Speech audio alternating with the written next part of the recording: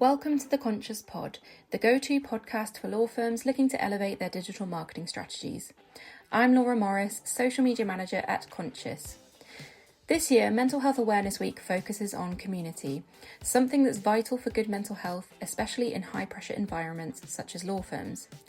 Today, I'm joined by Patrick Melville from Melville Mental Solutions to explore how law firms can build stronger communities that support well-being and good mental health. Patrick is an ex-marketer and recently had his own wellbeing trauma. He retrained to be a mental health expert and is now focused to be the catalyst to empower anyone's mental health through his mental health programs, including with Mental Health First Aid England. He is also a LawNet preferred supplier and brings a unique insight into mental health through his own experiences and expertise in the industry.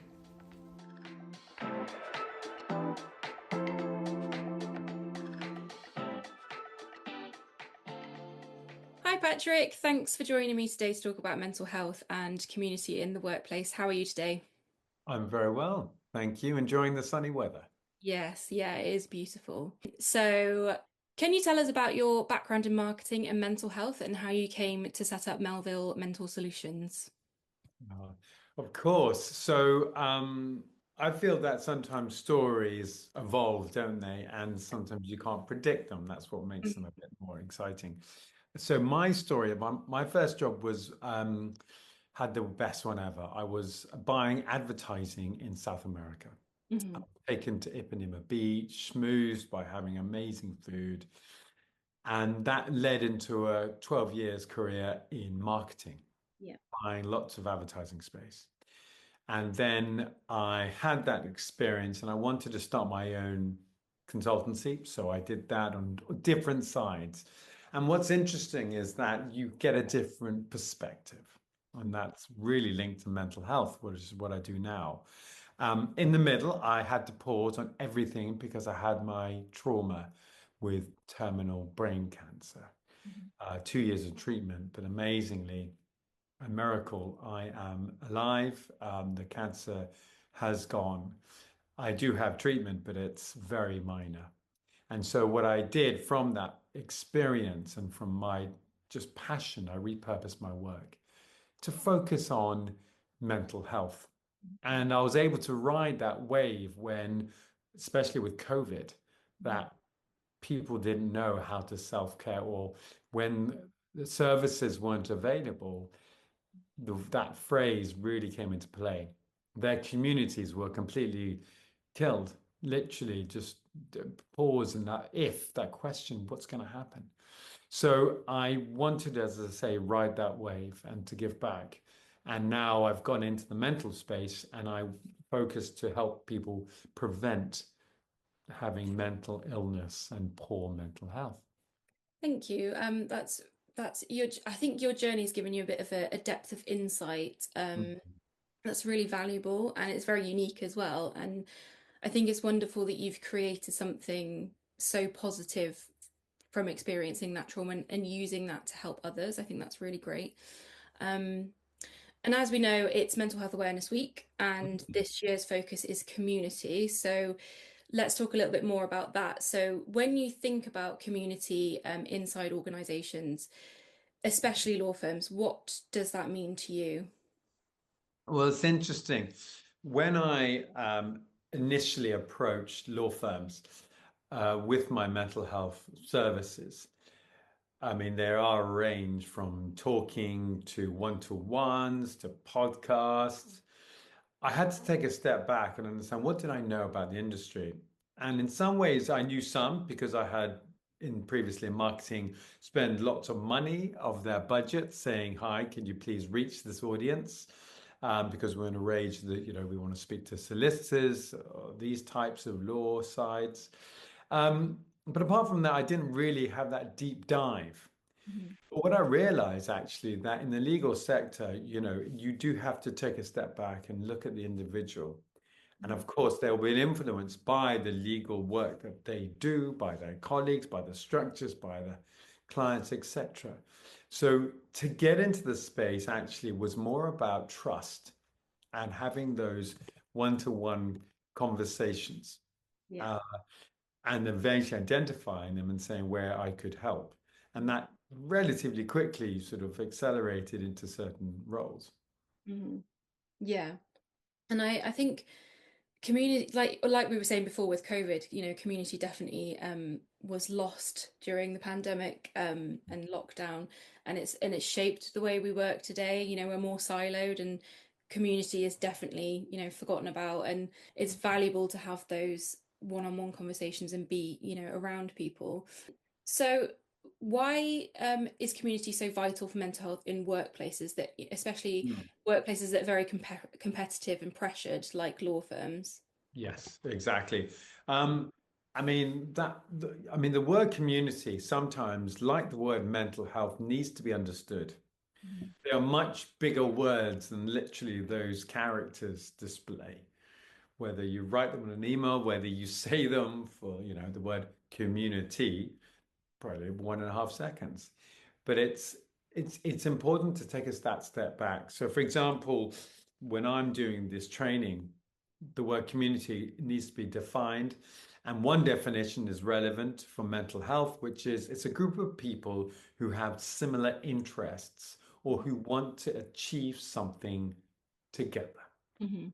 COVID, as we well know, had to bring firms together, and of course, in a different way to understand the role of communities.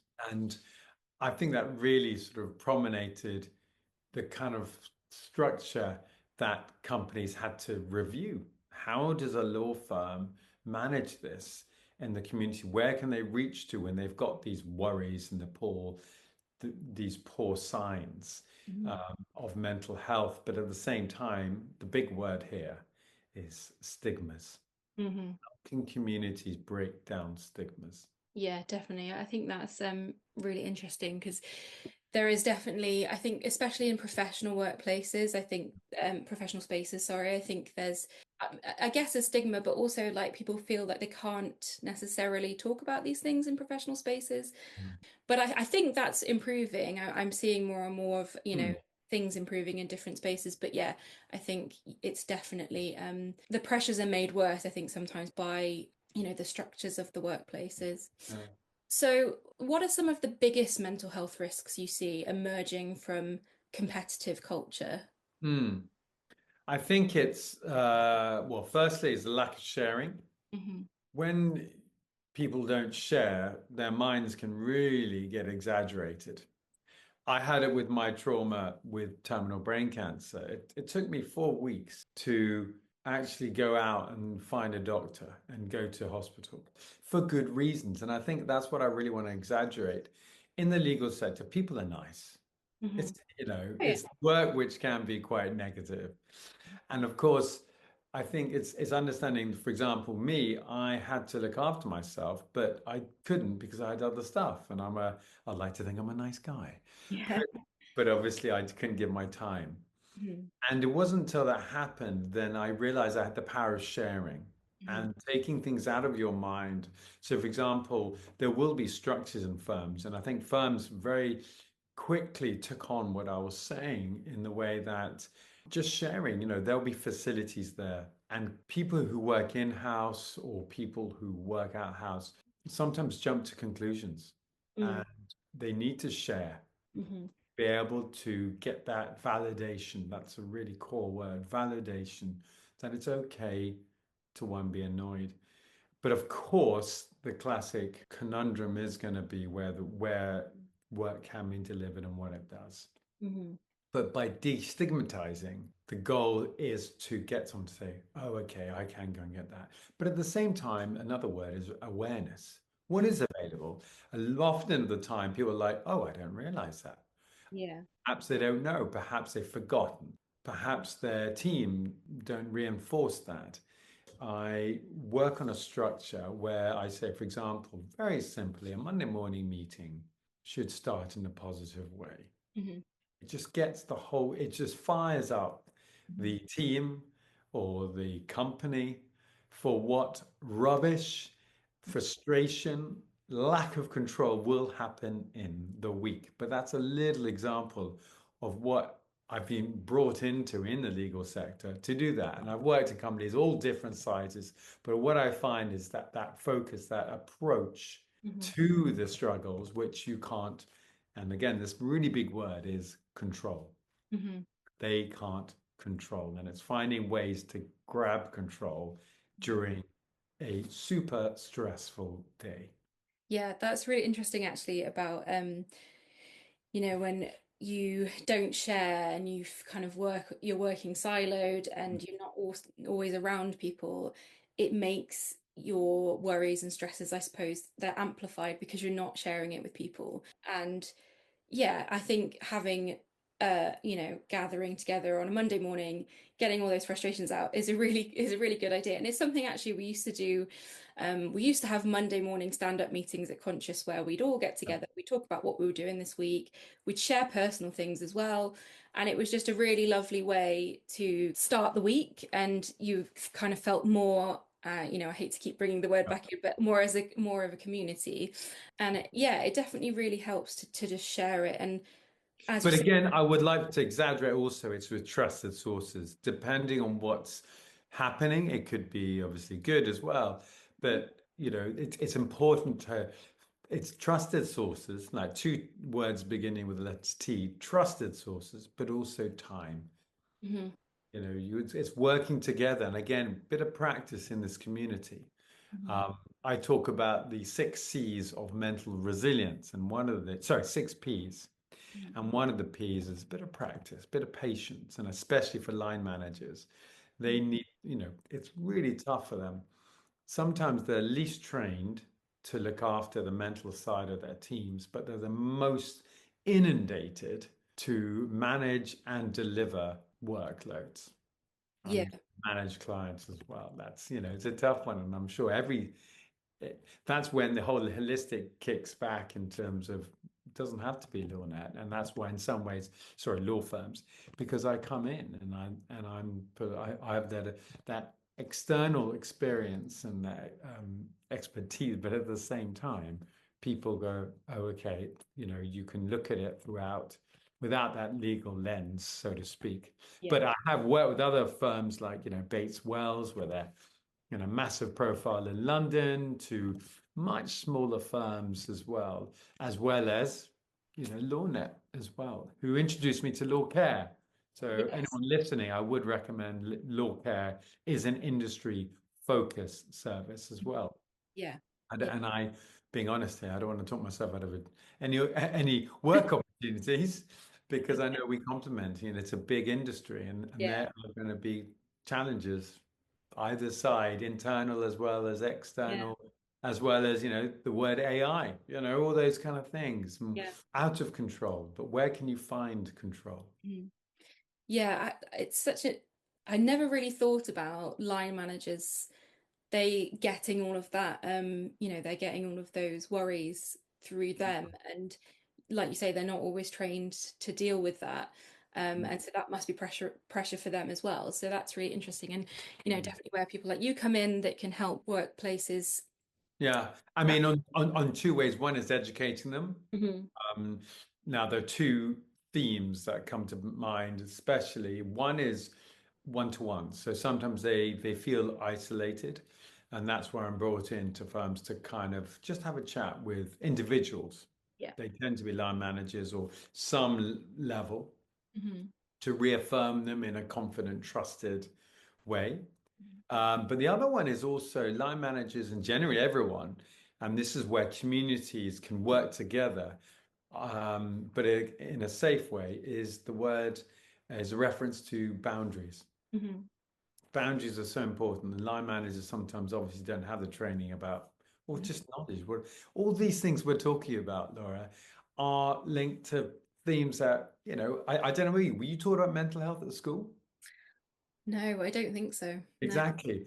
I mean, I wasn't either. So I was taught how to read, I was taught how to write, but I wasn't taught mental health. I wasn't taught, for example, listening skills, which is part of mental health. As a line manager, how can you listen? So all those things need to be played, and boundaries is another one. Boundaries is one where line managers need a bit of confidence to be able to help Yeah. and be able to have that sort of that authority to push them to the right, parts of the community, like in the Yeah. firm, Yeah. HR, who also, need some boundaries as well. HR often are pulled into moments when they're actually, well, I'm not the person, but everyone thinks I am. Yeah. Yeah, it's definitely, there's a lot of education. It's interesting you picked up, I'd actually never thought about whether I'd had any talk about mental health at school, and I haven't. Hopefully that's changing now. But yeah, I think it's definitely an educational and an awareness thing, like you say, that people don't always know the right person to Yeah. go to with these problems. Being also, excuse me, Mantar, but it's also being, and one of the words that a lot of companies in the legal sector are saying to me is the issue we have is responsibility. Mhm. So whose responsibility in it? Now, going back to the school life, I do have kids. It's actually quite a unique industry where you've got three key stakeholders. You've got the kids who need mental support. You've got parents who are on Mhm. the outside, but they're the ones paying or they're the ones involved massively. Mhm. And then you've got the staff who actually deliver that work. So you've got those three things. And again, it's a case of how do you, in that community or in the legal community, how Mhm. can they have that responsibility, Yeah. not push it back to their line managers, to the executive board, to the partners, Yeah. to even their kind of suppliers as well. Mhm. And there are tools to do that, which I deliver in Mhm. that kind of case. I write by awareness or I give specific techniques, etc. Yeah, so I think, yeah, again, it's awareness of the tools that you can use, but also places that you can go to get that, education, In information. that community. Yeah, Exactly. yeah. You know, a community is there to help people go, oh, yeah. Community are there to reinforce and remind people, oh, yes, that's happening. And I think little gestures like that can really remind people and take them away from their own mental focus. Hmm. So coming back to law firms, do you think Yeah. that there are lots of, modern law firms out there, but there are a lot of law firms that are very Mm. traditional in their Yes. hierarchical structures and the way they work. Do you think it's in those sorts of situations it's harder to create a sense of community when there is that very rigid structure? Well, let's go back to this, this definition, Mm. as in what are we trying to do? Again, when I give my workshop about the 6 Ps of mental resilience, the first P is actually called purpose. What is the purpose of building this community? And again, the definition is a good way just to think. So we focus it on the definition this is from Cambridge Dictionary. It's a group of people who have similar interests who want to achieve something together. What I like about that is that it's one thing to have an interest. It's a bit like the phrase, and I can link to other stuff I do, but like the word belief. Mhm. One thing to have an interest, but if you really believe in something together, if you really have an interest, and if you want to achieve something together, how do you do that? I'm going to take a step back, if you don't mind, and ask or mention the thought of, how tribal we are. That's another word. What is the tribe? Every tribe has a certain theme. Mhm. And there's a really good book by a man called Owen Eastwood. He talks about belonging and how we belong to a tribe, and that's how we evolved. So, there are commonalities which I share when I'm talking to executives about trying to modernize their tribe, their community.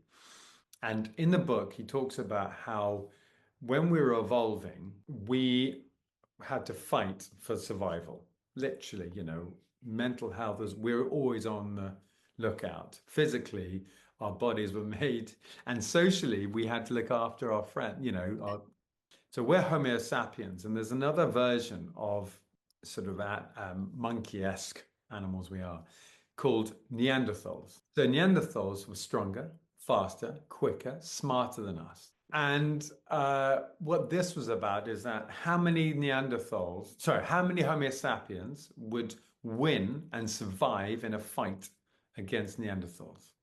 So, do you think it's more than one? Yes.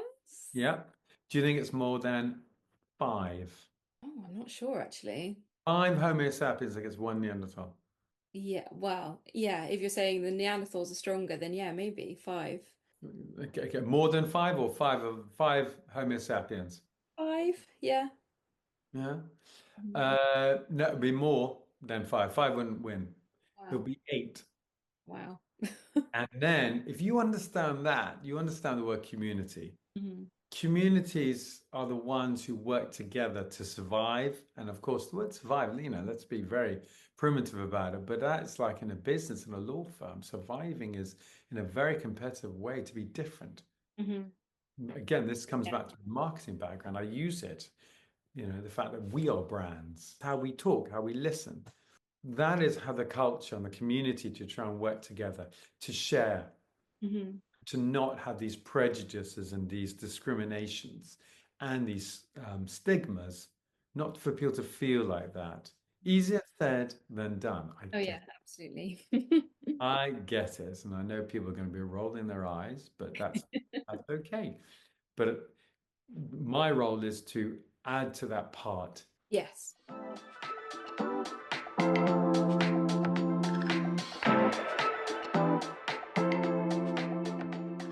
So, how does stress around business development and marketing, for example, hitting client targets, winning work, add to the isolation and burnout that um, lawyers feel?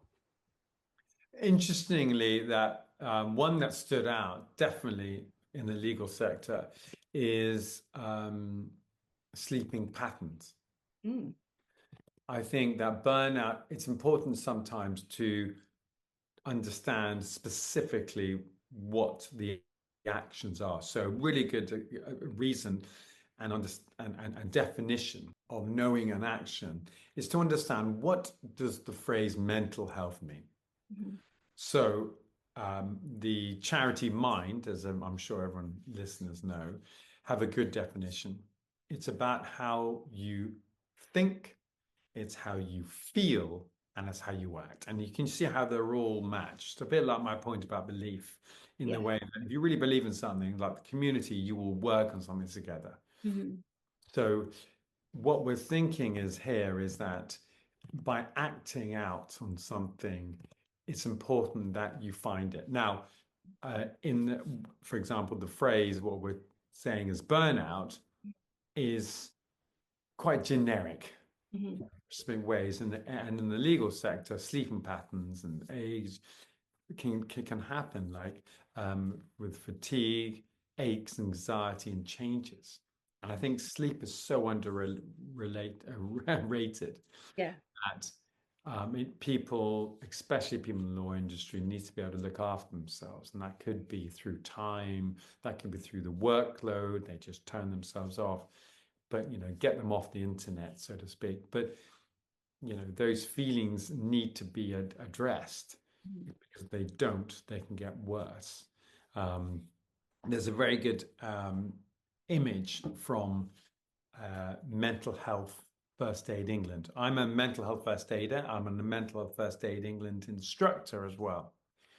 And my point here is that there's a really good diagram. And if you can try and remember or sort of imagine this, you've got a quadrant, you've got a line, you've got an axis, Mhm. and you've got one in the middle. So you've got four boxes, so to speak. But the main point is that at the top half are people who are positive. Yeah. Bottom half, those who are not. Mhm. And in the legal sector, a lot of people slide down from positive, happy, all okay, managing their mental health Yeah. to be able to deliver their work and slide down. And then sometimes, though, as they slide down, it gets worse. Mm. And then sleep, for example, is a really good sign of people not getting that support. So what might be taking five hours sleep on when you're happy and everything's like working okay, could be fine. Mhm. Even 5 hours sleep when you're down, but at the bottom quadrant when you're not well might not be enough. And I Mhm. think that's a really good thing which can help to avoid burnout. Mhm. So finding the ways is obviously the tough one because it can diminish performance and work, and then of course it just rolls around. And then, as you say, as I said, excuse me, the individual, yourself, can go down and down and down. Yeah. And I suppose it's a bit of a cycle, isn't it, as well, with um, poor sleep leading to you feeling worse in the day, and then that Um, then leads to more poor sleep, and then it goes into a massive cycle, and then it's quite hard to get out of that. So yeah, that's really interesting. Um, so and I guess as well on lead from that, mm, as you said, it's finding the ways that are important, and I guess for some people maybe asking for that help or find asking for help to find the ways to achieve that is difficult for some people. mm. Um, so I guess it's then coming again back to community. Like, what are some practical ways law firms can start building stronger communities in their team so that they feel able to then go to people and ask for this sort of help, or get some direction into where they can go for the help they need? Yeah. Of course, every company is different. Every law firm is different. When people ask me that question, I ask them again to take a step back and I talk about what is in their own circle of strength. Hmm. And when I heard from Mental Health Foundation that community was part of this 2025 theme, community, the word, Yes. I was thinking, how could that work? And it's really interesting how it's really closely linked to this phrase, circle of strength. Because, imagine in the middle you've got the phrase circle of strength, and then around this word circle of strength, you've got all these different ways of community links of where people can go to find ways to get help. Hmm. So, for example, you've got self-care. So, Hmm. how can they self-care? It's literally a case of what we were saying just now about sleeping better, Hmm. taking yourself away from the computer, turning it off. Hmm. Then there are other ones like what are the services in the farm? They will have that. Are you aware of them all? Hmm.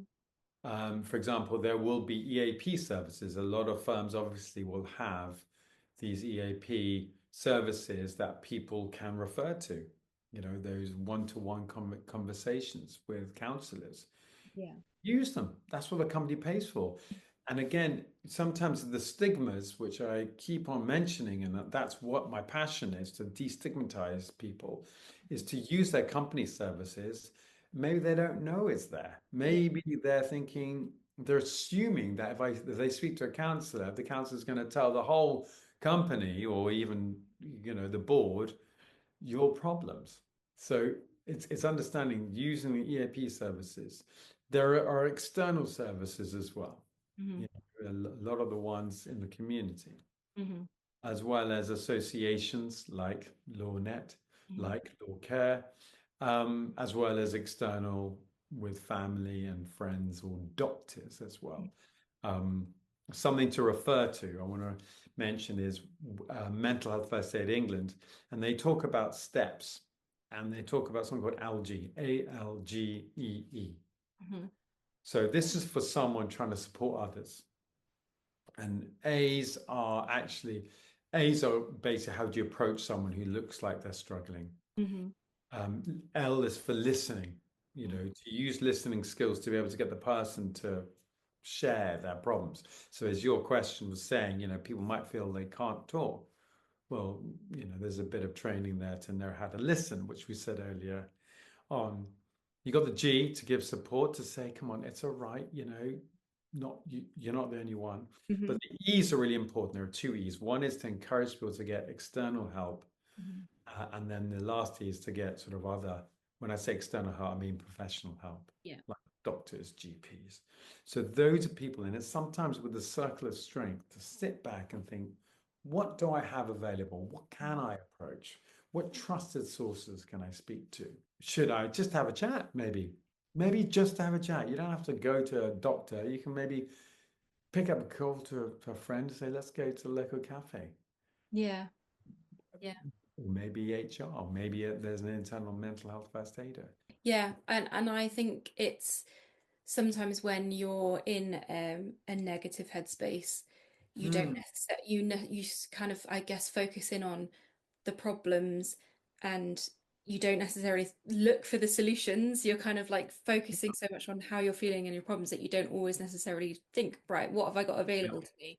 And yeah, and I think also it's interesting that you mentioned, could it just be a conversation with a friend? Because sometimes just offloading Yeah. something, it doesn't have to be with a professional, can already make something that seems like a massive Mm. problem a little bit less. So, Yeah, yeah. And I think, well, I mean, on that point, uh, I'm not in the right industry. And when I say that, what I mean is that the best job, and I would be interested to know what you think, Laura, is to be a life coach. mm, A life coach, what do, they don't give the answers. They try and get the other person to come with the answers. And again, what you were saying is exactly what a trusted contact could be.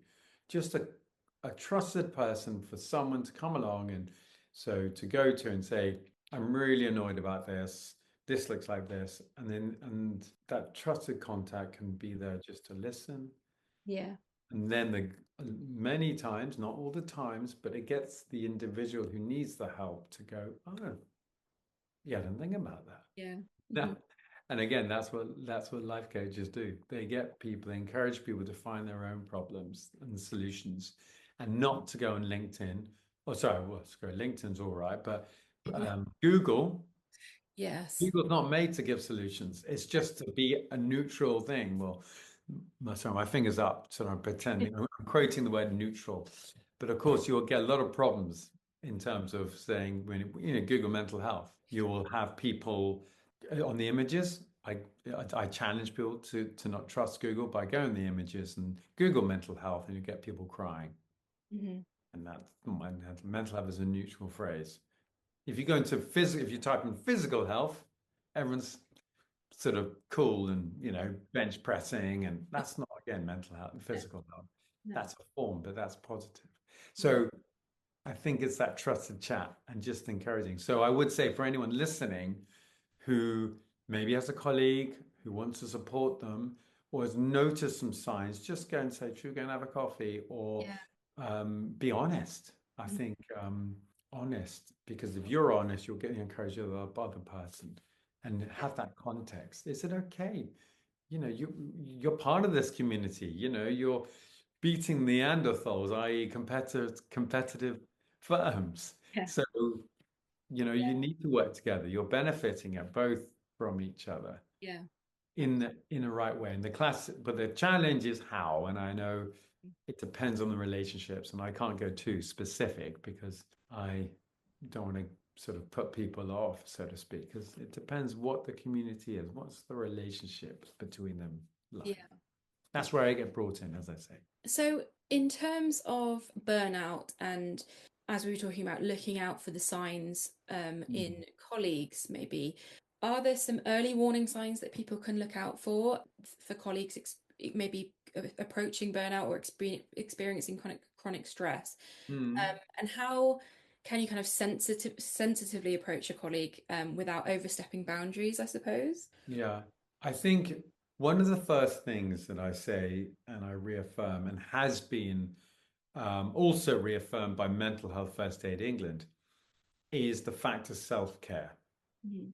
So I would say just like make sure you're okay. Yeah. Because I remember my first job, my MD noticed me coming into the office early, and I was coughing and coughing, and he said, "What are you doing?" And I said, "I've got to do some work. I can't." Right. He said, "Go home. Go home now." I was like, "No, I can't. I've got to do it." He goes, "No." One, you're not going to do a good job. Mhm. Two, we'll get someone to do it. Mhm. Three, get yourself better for. And four, you're going to give it to everyone else. Go home. Who will Exactly. also die. I know. There's that kind of angle that sometimes you've got to be in the right state of mind to be able to look after and to give that support. Mhm. Maybe you can delegate someone else, mention it to a colleague. Yeah. Um, because the signs, some in this case, because there's no one walking around, it's sometimes not a case of going straight to the individual. It's a case of just, reporting, not reporting, but monitoring it. Yeah. You might not be the right person anyway. It Mhm. might be someone else. So I would say, but in terms of those three things to look at, it's a bit like the definition of mental health. Mm-hmm. People burn out when these signs, or people show burnout signs based on one, physical actions. Yeah. Yeah, they are, feeling run down. Sorry, they're physically, lower energy, Mm-hmm. or they're kind of, it's noticing the difference. Mm-hmm. So the feelings and thoughts. So, for example, you'll notice something that will annoy them, little irritability Mm-hmm. or loss of humor. I don't know about you, Laura, but I get a bit more grumpy on a kind of Thursday or Wednesday evening with my kids Mm-hmm. because of them. It's because of what I'm going through. So again, it's Yeah. understand those signs. They might disagree.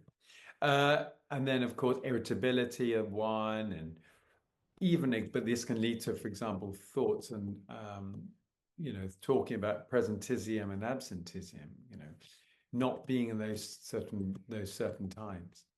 And lastly is behavior. That's a sign. That's a kind of more from these internal thoughts and feelings, and maybe, under the clothing, physical sort of impact.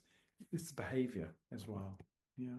Yeah, I think that's a really great tip in terms of when you're thinking about approaching a colleague. Maybe you're not the right person, but you could maybe mention it to somebody, and keep an eye on it. And then if you think Hmm. somebody hates them, then you've kind of done your part, but it's you've not had to go to them directly because and like, some people might recognize it but not really not know what to say or have the right words maybe. So yeah, I think that's a good tip to maybe sort of involve somebody else so that they are aware as well. That's really Yeah. interesting. And I guess it's speaking up is a kind of issue as well, isn't it? Mhm.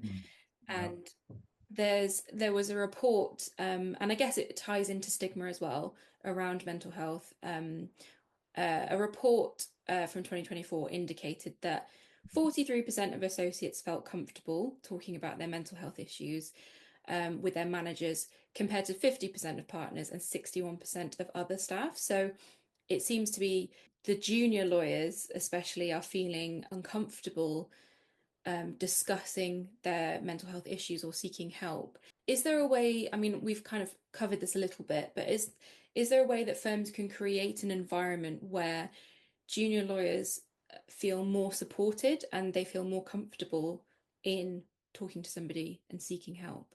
I think it's a way to be aware is of what is available. Hmm.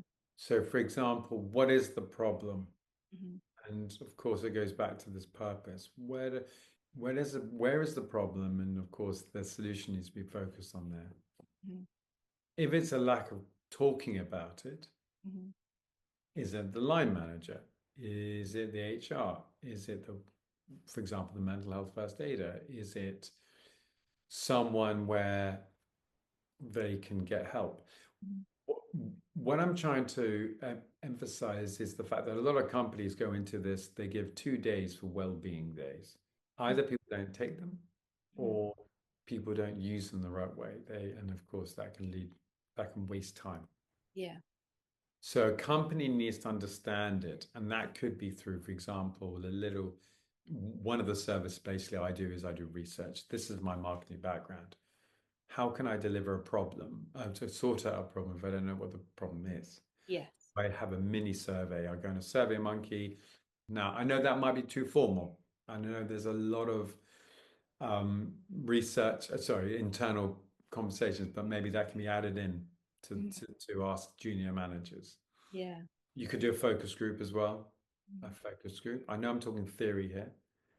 It could be getting line managers together in a meeting. Mental Health Awareness Week, of course. Yeah. How your team doing? And letting them be honest with each other. Because working together, they will help the company and help their communities. Yeah. And then you flip it to the individuals. Are they aware of things that can be done? Maybe it's a group meeting that they do together, not necessarily to talk about anything. Or maybe it's for them to understand it's okay to go home, and just Yeah. to relax. there are opportunities, and I'm going to be honest here about what I do. So I raise these ideas, and I do some research. I do some delivery of why the mind is so important for pitches, and as in the whole Yeah. area, not just Mental Health Awareness Week. But at the same time, there will be specific ways like group, like sleep therapy or nutrition therapy or all those kind of Pilates, Mhm. that the delegates can use for themselves in or outside the firm. Yeah. I hope that makes sense in the way that to destigmatize, I suppose, is what my focus is, and Yes. how I'm answering your question, Yeah. which is though useful. Why aren't they getting help? Who needs to be destigmatized? Yeah. Yeah. I think just as you say, just having more conversations about it is the first step, I suppose, in terms of destigmatizing and then allowing people to feel more comfortable talking about it or approaching somebody about it. Um, Yeah, yeah. realize actually that person doesn't respond like I thought they would. Yeah. That's where the mind can get really defensive and say, no, don't you dare. But sometimes there's it can get quite stuck. There's Mhm. another side of the mind called pro-social, where that is communities, Mhm. where that colleague can say, no, that's all right. Well, and of course, one thing I would say to anyone listening, if anyone is approached, you literally first thing you do is that you literally clap your hands and say, well done. Yeah. I really mean with you, Laura, and of course, conscious in the way of saying thank you. Well done for approaching me. I know this is a volunteer's effort, but this is a kind of thing to say good.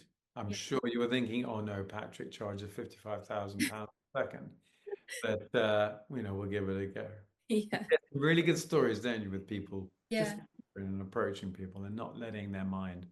I'll give a number. There's a number of seconds. Apparently, if you think about something for more than 10 seconds, then your mind will win, i.e., be defensive, and you won't do it. Like having a cold shower, which I do in the morning. Yeah. Like getting up and going for a run. Like picking up the phone, whatever it is. Don't procrastinate and Yeah. understand that's how the mind works. Get Yeah. some help. Mhm. Talk to someone. Say it's all right. Yeah. It's the first step, isn't it? And the anticipation of, I suppose, how people are going to react, and Yeah. is it going to be horrible? But I suppose it's just kind of just do it. Just speak to people. Take that first step, I suppose, is Yeah. so we're just going to end on a final question around. I know we've mentioned law care previously Mhm. and Mhm. LawNet. So law care, hopefully most people are aware of this. Most lawyers are aware that it's a mental health charity for those specifically working in the legal sector. But if could you just mention a few other free and confidential resources that lawyers can turn to when they need mental health support outside of their own organisation if they feel that there is Yes. support there? So one of them I would say is Mind, Yeah. capital M, capital I, capital N, capital D. They've got loads of resources and local as well. Mhm. Another one I would say, because we're talking about Mental Health Awareness Week, is the Mental Health Foundation. Mhm. That's really good. Another one is called the Hub of Hope. Now, not so much one individual organization, but what they do is that they're a resource to find local places to get medical or mental support. So you just put in your postcode and it tells you what's local. So Okay. that's a really good one. As a mental health first aider, you get the app, which includes that as well as other content. And I would say there's, of course, the Samaritans. Yes. Those are deeper, but again, they're there all the time, 24/7 to share. Yeah, and I think on the Samaritans, because it is our partner charity currently, uh, Yeah. is, I wasn't aware that Samaritans were there just to talk when even when you're not at a very, at a Mm. crisis point. Um, they're just there as an ear, which I didn't realize. So yeah, I think it's important to mention Yeah. Samaritans as well because they are there for that. Yes. Yeah. Yeah. That's good to know. Yeah. And of course, I would say, if anyone wanted to chat to me, I would say very happy. because I've repurposed through my experience, my Yeah. expertise with my cancer experience, as I say again, and with my learning. We are fragile, and I think mental health is something that can be used in a positive way Mm-hmm. to show clients, to show colleagues, Yeah. we're in this together. We are part of this community, to take a step back. Yeah, absolutely. Well, thank you so much for talking to me today, Patrick. It's such an important topic, and I'm sure it's top of mind with a lot of people, lawyers, not just for Mental Health Awareness Week, but it's becoming top of mind more and more these days for people. So it's really important to talk about it. Can you just tell us where we can find you online, how people can get in touch with you? So please, if anyone's interested to talk about mental health, well-being, or maybe they've got someone they know who's struggling, I do one-to-ones. I also do my workshops, bespoke workshops. That's where I complement law care. And I do articles as well as the Mental Health First Aid England training. I do the new learners, the refresher course, and I also do one which is much smaller in terms of shorter of time and cheaper. Mm-hmm. But you can see that on my website. It's www.melville-solutions.com and also LinkedIn. Get old LinkedIn. I'll be just see me Great. around. I look forward to seeing the podcast on those channels. Yes, absolutely. We'll definitely point to you in those so people can find you easily on there as well. Yeah. Wonderful. Thank you so much, Patrick. It was lovely to chat to you. Likewise. Take care, Laura, and take care, listeners. Thank you. Thanks for listening to this episode of the Conscious Pod. I really enjoyed chatting to Patrick about mental health and hearing his story, and I hope you found it as insightful as I did. It's important that we have more conversations about our mental health, and not just because it's Mental Health Awareness Week, so that there is less stigma around it, particularly in the workplace. Please do follow Patrick on LinkedIn and visit his website at www.melville-solutions.com. If you like this episode, please share with a friend or a colleague, and we'll see you next time.